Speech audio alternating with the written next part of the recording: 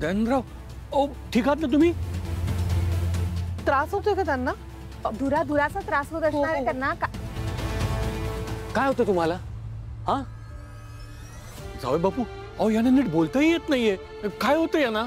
काही नाही ते धूर आहे ना, खूप धुराचा त्रास होतो. काय प्रत्येकाला होतो, धूर खूप आहे ना, त्यामुळे होईल. जरा वेळात बरं वाटेल त्यांना. काही एवढं काही सिरियस नाही. जाऊ दे. काका, आपण एक काम करूया, आपण बाहेर जाऊया. नाही, बाहेरच्या वातावरणात तुम्हाला बरं वाटेल.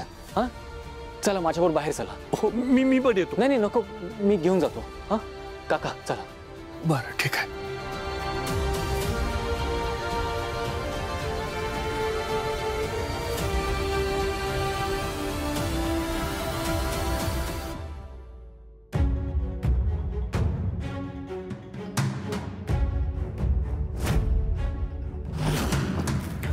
मी पाणी आणू? नको नको, त्या धुरामुळे जरा. हा आणू काय? आणू का? तुझा ठीक आहे. मी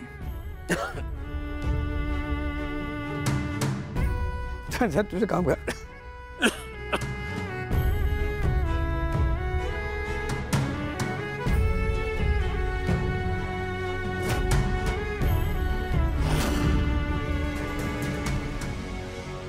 भारंगेची काठी आणा.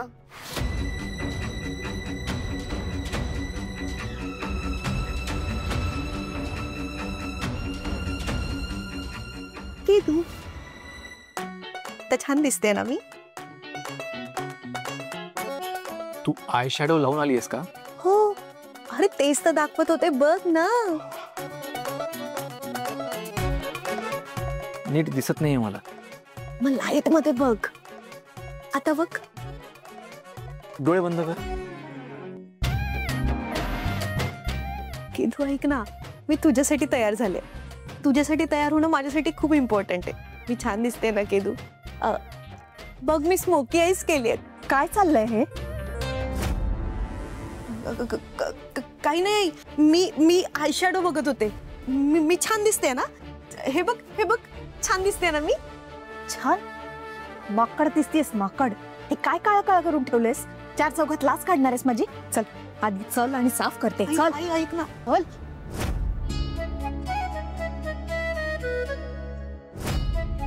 ओके.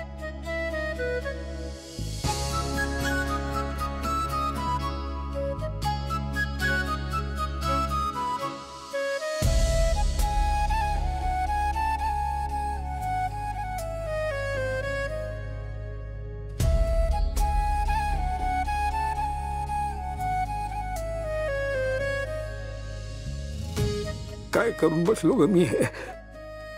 खरंच गुन्हेगार आहे मी. तुझा आणि केदार, तुम्हा दोघांचाही खरंच गुन्हेगार आहे. तुझ्या यातना सहन केल्यास त्यात माझ्या कल्पनेही पलीकडच्या आहेत ग. पण तरी इतका सगळा त्रास सहन करून तू केदारला एकटीने वाढवलं. एकटीने त्याला आईची माया आणि बापाचा आधार दोन्ही तिलाच ग तू देव की. मी आणि पद्मिनी आम्ही दोघे मिळून युवराजला देऊ शकलो नाही. ते सगळे संस्कार तू आपल्या केदारला दिलेस. खर तू तुमच्या घराला आग लागली होती मग कुणीतरी येऊन सांगितलं होतं. त्याचवेळी एकदा येऊन मी या सगळ्याची खात्री करून घ्यायला हवी होती का? पण काय करू, आता हे सगळं समजून देखील पश्चाताप करण्याशिवाय दुसरं काही करू शकत नाही मी. खरं तर हे सगळं सत्य मला केदारला सांगायचं आहे. पण काय करू, त्याच्या मनात माझ्याबद्दल या त्याच्या बापाबद्दल किती तिरस्कार आहे, किती राग आहे हे बघतोय ना मी. पण यात त्याची सुद्धा काही चूक नाहीये ग. त्याला हे सगळं सत्य सांगण्याची ताकद आणि हिंमत दोन्ही नाहीये ग माझ्याकडे. पण त्याला हे सांगावं लागेल, कारण दुसरीकडून कुठून तरी त्याला जर कळलं त्याचा एक बाप म्हणून जी काही उरली सुरली आशा माझ्या जवळ आहे ती सुद्धा संपेल ग.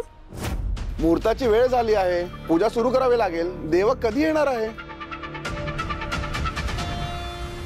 ही तारिणी नक्की काठी घ्यायलाच गेली असेल ना? का मुहूर्ताला सुद्धा माझ्या विरुद्ध पुरावे गोळा करत फिरत असेल? आले आले आले मी. हे भारंगीची काठी घ्या गुरुजी, सुरू करा पूजा.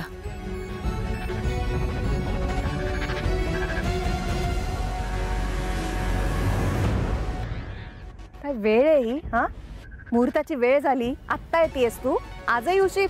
अगं कुठेच नव्हती ही भारंगीची काठी, पार नाक्यापर्यंत जावं लागलं मला, म्हणून उशीर झाला. झालं समाधान? तारिणीला आहे जबाबदारीची जाणीव. ती आपल्या बहिणीच्या मुहूर्तमेढीचा मुहूर्त चुकवणार नाही. चला मुहूर्तमेढ रवून घेऊया आता. केदार, अरे दयानंदरावांना घेऊन येतोस का रे तू?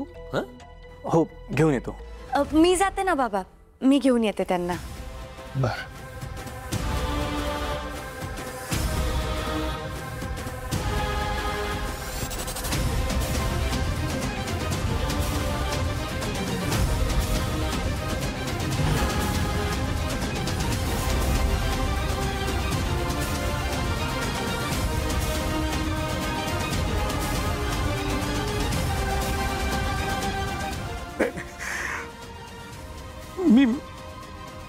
मी त्याला हे सगळं सांगणार.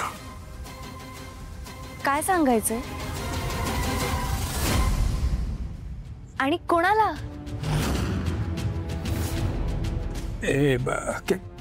केदारला. देवकी त्याच्या आईचा फोटो माहितीये मला. हा फोटो पडला असणार आहे ना? त्या दिवशी पण असंच झालं होतं. अचानक पडला तो फोटो, आम्हाला काही कळलंच नाही. आणि इतक्या जोरात पडला की सगळ्या काचा वगैरे फुटल्या त्याच्या. मी केदारला इतक्या वेळेला सांगितलंय की तो फोटो व्यवस्थित ठेव. एकतर त्या फोटोला काही झालं तर ह्याला सहनही होत, त्रास होतो त्याला. पण ऐकेल तर शपथ. ठीक आहे, द्या, मी ठेवते व्यवस्थित. द्या.